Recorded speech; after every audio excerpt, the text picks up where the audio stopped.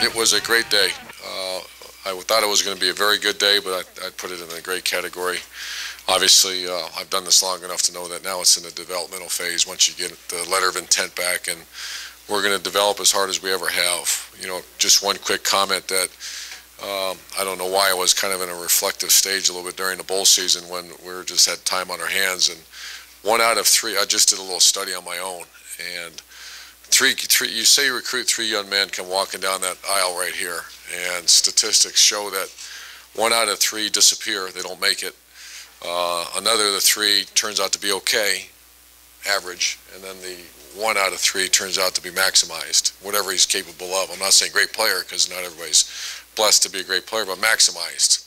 That when they leave this great university or any great university, and to me that's not good. And so we're on a mission to change that. That set in motion some things that I'm trying to put in place here to make sure that those things don't happen.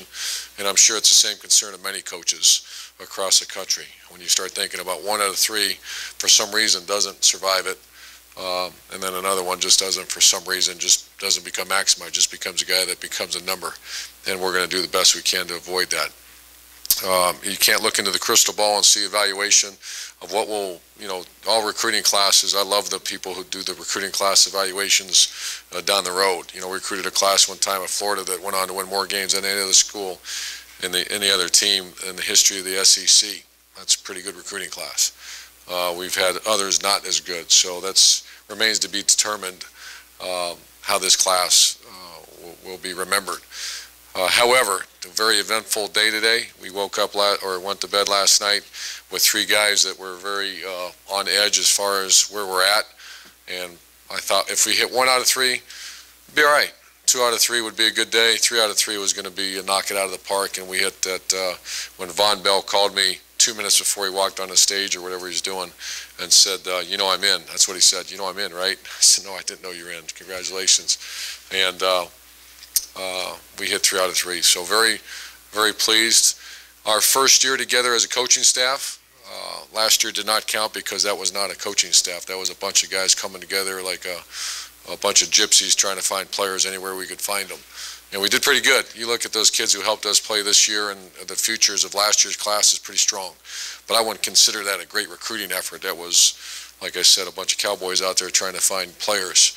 This year was a full cycle of recruiting, and very impressed with our coaching staff. Some, I'm going to name a couple of them, not to devalue some of the other efforts, but some of the efforts were, I've seen some really good efforts. The Everett Withers, from start to finish, his effort on Vonn Bell, as good as I've ever seen. And it's the octopus approach. Surround him, wrap your tentacles around him, and every person in his family, his coach, his people, his support group.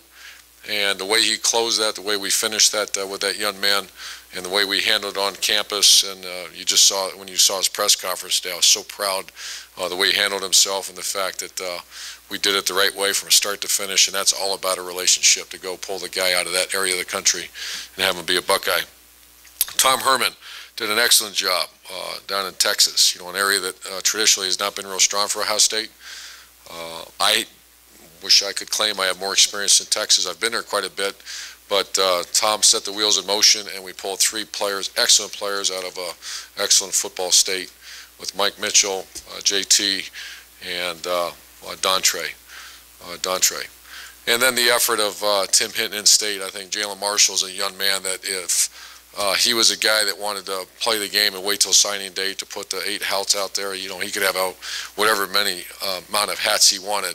He made a decision because he loves Ohio State, wants to see his family to watch him play, and I think he's everybody knows he's one of the finest players in the country, and he's even a better person.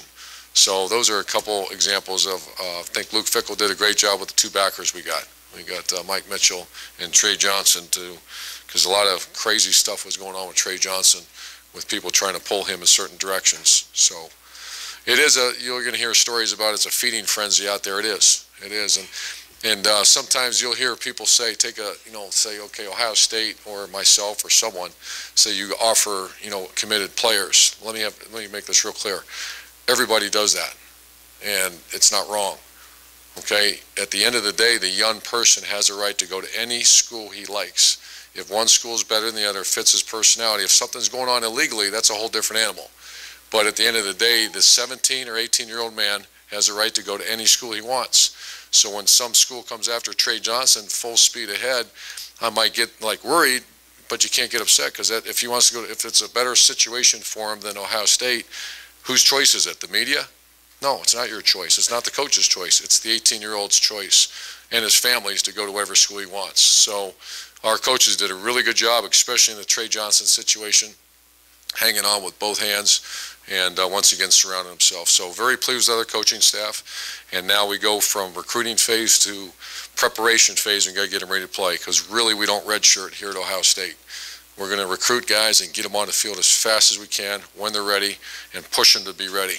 And that's the same thing we do when we tell them when they come visit our campus, that we're not recruiting you to sit for a year or two and then we'll try to get you ready. We want to go recruit guys that are ready to go jump in the fire and want to go play as soon as they can. So appreciate you being here. You can tell it's a great day. If you walk around here a little bit, guys are excited. And I think on defense, I'm going to just real fast, I get asked the question, what were your needs? On defense, really all positions. To say we needed back-end help, no, we needed all the way across. We're a little bit light on defense, and I think we answered a lot of our concerns once if we develop them. On defense, you can see the back end, the secondary players are all long players, which means good size to them. Obviously, good speed. Backers, we have 2 impact players we're projecting. And then the defensive line, we really got some big guys, and we really got some good defensive ends too. So we really hit a couple good solid, not solid, some great players on the defense line. We're hoping. On offense, the one area that we didn't close well enough is the offensive line. We wanted to get some playmakers, and we have 2 sub-10 500-meter players coming in here, which it was real fast. And 10 500 meters is kind of a benchmark that we're going to use from here on out. That's what we're looking for. It's you have to have a couple of guys like that on your team to hit some big plays are a problem for us. And we have to, I think, Dontre and Jalen and James Clark. So we have actually 3 guys that we would put in that category. So with that said, I'll answer any questions for you. Bill? Urban Meyer, Dispatch. Where's the talent level now on this team? When you took over a year ago, obviously it wasn't exactly where you wanted to be. How close are you to being where it needs to be, and how much development is needed? Well, talent level was pretty good. We went 12-0. I think we were built a little differently, but to say that we didn't have talent, I've never said that. We maybe didn't have the home run hitter, explosiveness, open space players on offense, but you know what? Some guys really grew up and did a good job for us. Philly Brown did a nice job. We don't have enough. When you run an offense where you want 3 or 4 split guys all the time, and you only have 1 or 2, that's not enough. So I think we're starting to get a little bit of that built up, where you're having a Jalen that can put out there. Dontre can play that. That's kind of what he's going to do as well. And you can break the formation a little bit and have guys in space. So that's the only, that's the only area. If you say, boy, Ohio State wasn't very talented, I wouldn't say that at all. Ohio State was talented. We just didn't have enough make-you-miss guys on offense would be the one area, and I think we addressed that. Right front, Tim? Tim Acorns, Dispatch. Urban, a couple, but number one, how would you describe this? SEC country, you went down and got James Clark, Vonn Bell, some other guys. You go to Texas, get 3 guys. You go to, including a guy that was going to Oregon at one point, flipped. How would you describe what you're doing as far as transforming this program, I guess, and what you're after? Well, we want to. The comment about SEC. Well, we recruit Ohio, and what happened last year is we got behind the 8 ball a little bit, that we're not going to offer a player until we get to know him. So this time last year, we closed a class. Next week, all of a sudden, offers started jumping all over the place of the in-state kids in Ohio, and I had never met them. The one advantage you have, like we're already knee-deep in 14 players, 2014. We didn't have that luxury a year ago. And so some of the kids are really committed. I mean, right out of the get-go, where's my offer? I'm like, well, we like to see you in camp. We like to get to know you a little bit. So we were behind the 8 ball a little bit. I would rather get probably another 3 or 4 from the in-state from now on. We're much further ahead now than we've ever been since I've been here, which is only a year, but we're much further ahead. So we would rather not be so much national. I do want to cherry pick and tech from now on. We have a presence in Texas. Cam Haywood and Roby really helped us, once you get a couple, you start getting more. They really helped us in Georgia. Our Ohio State has history in Florida. My background's in Florida, so we got a couple players out of there.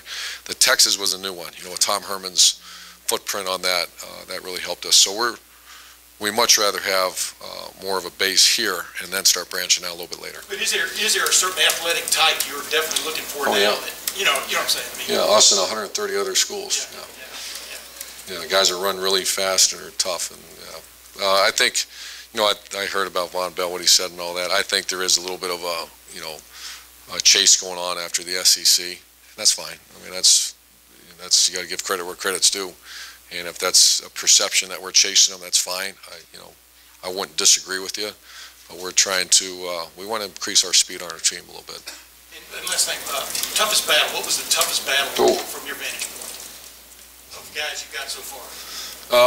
Vonn Bell was, that was a street fight. That was, up until 2 minutes, I was on a treadmill because I couldn't take it anymore. I went up there on a treadmill, and I'm sitting up there. I wanted to get away from our coaches and poor Everett Withers was driving me nuts. I had to get away from him.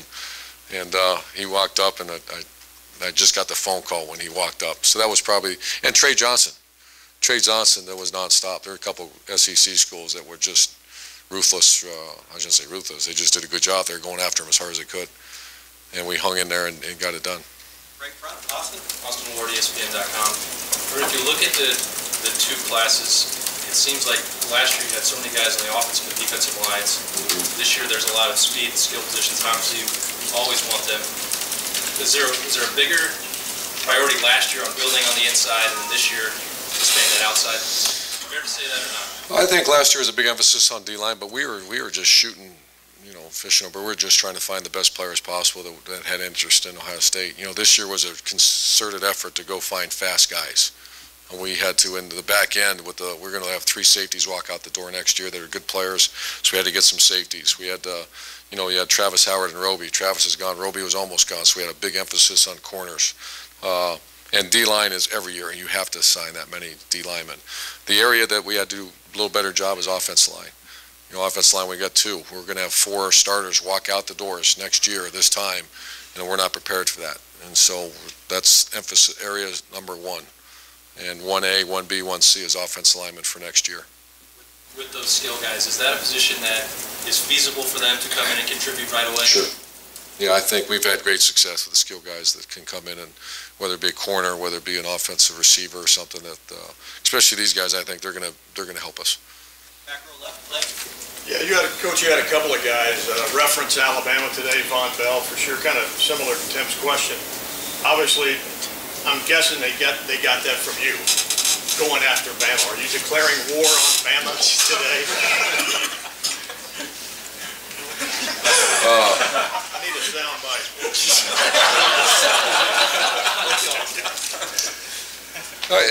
No, absolutely not. We have one rival, and that rival has been dictated quite many years ago. One rival, and that rival is clear.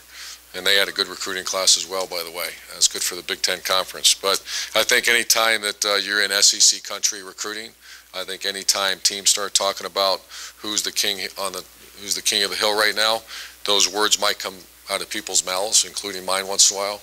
But no, make it real clear that there's one rival, there's one person we're going after, and that's our rival. That was dictated many, many years ago. So that's it. Middle left, Dave. Urban, this I know this past few months have been a whirlwind this past year. And I guess going forward, I guess it's hard to imagine the amount of energy you guys have poured into this recruiting. Going forward, what's your take on the new rules that will allow you to pour even more energy and maybe not allow you guys to ever go? Bad stuff. It's stuff that we're going to have a conference, Big Ten Conference is going to meet. I'm putting together a personal letter to all the coaches in America that I disagree with most of them. And I know there's some people, I would imagine not many of them are recruited who wrote those letters. That's my question. Who comes up with that? And have they actually gotten a car and went and recruited sophomores in high school and said, think about this for a second, unlimited mailings, and you can mail them whatever you want. Just take a deep breath, and whoever said that, put that in motion. Could you imagine what's going to be rolling into kids' driveways? And fatheads and magnets, and it's nonsense. So no, there's going to be a lot of conversation, I'm sure, about that. But no, No, that we're not, I'm not, I don't know, I don't want to speak on behalf of Gene Smith, but I keep hearing deregulation. I'm not a big fan of deregulation, I'm a big fan of really firm, harsh penalties for people who break rules. Not saying just go, we can't follow all this stuff, so have at it. I don't agree with that at all. Back row left, Kevin. Kevin Newton, BuckeyeGrove.com. Coach, you talked about the relationships you have to build with recruits throughout the process. Specifically with James Clark, you guys got involved mid-January. He said today after committing, I mean, have you been involved in all your years with somebody that you've come together that quickly with? I mean, there was another school that he spent many visits to and ended up picking you guys over them. Have you been in one like that? No, that was a unique situation. We actually had contact with him early on, but no, that was a unique situation. Dontre was much different. Dontre, Coach Herman's been, I remember talking to him in last February. So that was a year-long recruiting process. You're right, James Clark was kind of we had a young man tell us he was coming and ended up not coming, so we went and tried to find the best receiver we could get our hands on. And when I saw his film, met him, found out what kind, he's a 3.9 student. He's got a fantastic father. And I know that area really well, and so we just dove right into it, and he turned out to be a great fit for us. So that's very unusual. Middle left, Dan. Dan Hope, the Lantern. When you look at where this program was last year when you took over, coming off of a tough season, coming off of a scandal, and where it is now, coming off a 12-0 season with one of the top recruiting classes in the country, what can you say about the transformation of where you've been able to take this program from when you started to right now? I think it's obviously very different. It's I use the term flavor of the week. It's momentum, whatever it is. There's a lot of good stuff going on here, but this is the kind of place that should be going on. So a year removed, I'm very, if you had to say, are you pleased with where we're at? Yeah, I'm pretty pleased with where we're at. I think our guys recruit really hard. I'm still, fundamentally, we're not where we need to be as a football team, but we're working hard at it. We have good coaches, good people, great support staff, and most importantly, walk in the locker room, there's a bunch of players I love being around. And I would speak when I say I speak on behalf of our coaching staff, so I'm very pleased with where we're at. Front row left, Doug. Urban, being at 82 instead of 85, that affect anything you did? Yeah, it's horrible. What was the effect? You can't take 3 more players, and that's like a toothache. I mean, every time you say, okay, let's go where we can't. Let's go. We can't. And then you start juggling the numbers. So yeah, it's significant. Those are 3. Someone says, well, you only have 3 scholarships left. Wait a minute. That could be 3 Braxton Millers or John Simons or, so 3 scholarships is a significant amount. It's not easy to deal with. Did you have to back off any kids that you had? Yeah, probably made a couple of mistakes. Yeah, we probably made a couple of mistakes. No, we had to back off some guys that were, some offers were there, and then we said, no, we're going to have to pull that offer, and that's hard to do sometimes. If you get one more today, will you make your number in August? I mean, what's... Tim, I'm not prepared to answer that. We will make the number in August, because that's a problem if we don't. But. Yeah. Second row left, Bill. Urban, what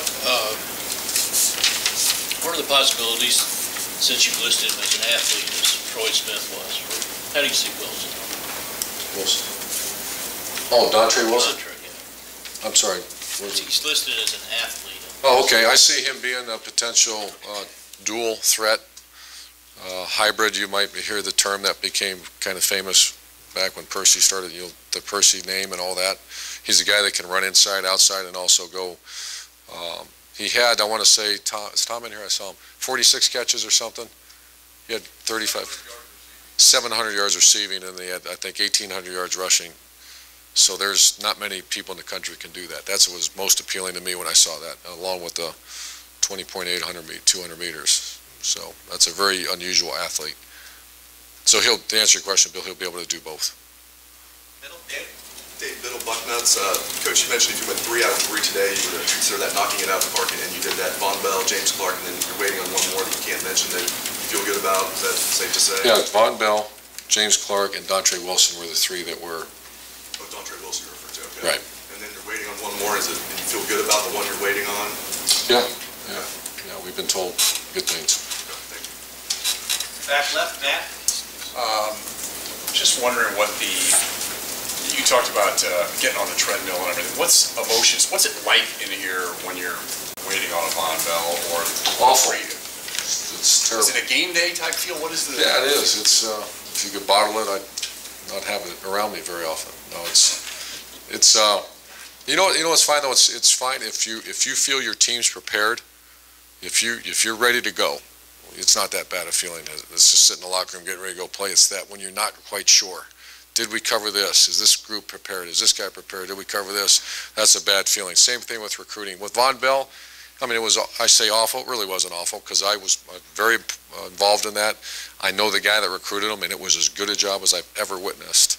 And it was good people you're dealing with. So if he would have called me and said, you know what, I'm going here, I said, I love you, I wish you well, because you've got a great family and you're going to have a great life. And it wasn't none nonsense going on. If you know, we all have a million stories about where we think there's, just things that shouldn't be going on, and you're not being honest, or people aren't being honest with you.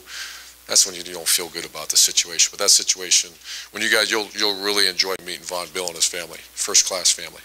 You mentioned Jalen Marshall, and he's one kid that had waited. You get it. Are there kids on this list, fans and everything, get wrapped up in those last few guys? There's guys that you had committed a long time ago that signed today. Are there, I don't want to push you on the spot, but are there some guys that you think people aren't thinking about right now that you're equally excited? If you don't mind, I'll take a couple minutes and go through them. I think we have two corners that if they didn't early commit would be as good corners as there are in America, and that's Eli Apple and Cam Burrows, and they're doing a fine job for us right now. I think J.T. Barrett, when he did the Elite 11 and some of the feedback we got from him, if he didn't hurt his knee in some situation, he didn't early commit, he'd be another guy we'd be scratching and clawing and have a parade for him if he would have came on signing date. Joey Bosa, without question, one of the best players in the country, and a guy that committed early. The other guy, where's our Billy Price? Billy Price is 6'4", 305 from Austin Town, Fitch High School. That if he would have been one of those guys that put 9 hats out there, that he would have thrown the Ohio State hat, there would have been a big celebration around here because we believe he's that good of a player and that good of a person. So that's just Evan Lyle turned out to be, he's probably the most improved. He's a guy that we had to really think about taking his development, and he comes from a great high school, Centerville High School. He's one of the, I talked to some coaches who coached him down in the All-American Bowl. He's one of the most improved players. He started over some other big-time athletes. So, and then the name you say is Jalen Marshall. He's the guy that I just have a great relationship. We all do have a great relationship with him and his family, and they're first-class people that, I just vision him, not that I want him to do, I'd rather recruits do the way he did it, but you imagine Ohio State University and the state of Ohio and Buckeye Nation, if he would waited and put on a hat, that would have been a great day, because he's certainly, we think, if not the best player in Ohio, one of them. A couple more with Coach. Rob Aller, dispatch. Urban, you're obviously the closer. I'm curious about the openers, your assistants. When you put a staff together where you've been, how important is their ability to recruit? I don't mean just work hard. There's maybe a gift there, I don't know. Can you speak to that? I mean, do you have to research guys? Oh, yeah. That's number one. That's number one. If the way I evaluate coaches and the way I look when I put a staff together is go out and find quality student athletes is number one job description. Number two is you take care of your group, your players, and the third one is then you can help us put together us offense and defensive schemes.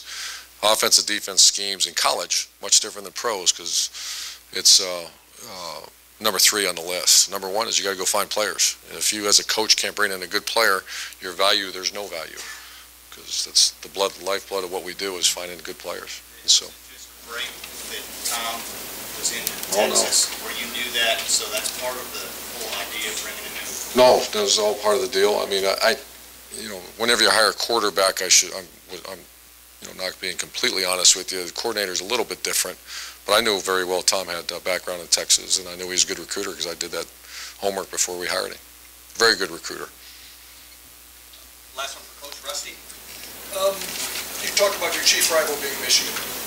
They got 9 guys out of Ohio. Are they coming in to challenge you as much as? Well, they've always come down here. Also lately, perhaps, with COVID. I haven't been here, but I understand that. I asked that same question. They've always been. That school's always had great Ohio players on there. A couple Heisman Trophy winner too. So, yeah, they've 2. Yeah, so they've always, I mean, Ohio's, it's not just them. I mean, everyone's you're gonna come to Ohio to get great players. There's well-coached players in America, in the state of Ohio. It's old-fashioned football, it's old-fashioned coaching, and the one thing I love about the players in the state of Ohio, the respect factor is there, in my opinion, is greater than any state in the country, where the high school coach is still in charge of the program. When you go meet with a player in Ohio, you're gonna meet with his high school coach, and you can't say that about all the states across the country. And that's my favorite part about recruiting the state of Ohio. Thanks, guys.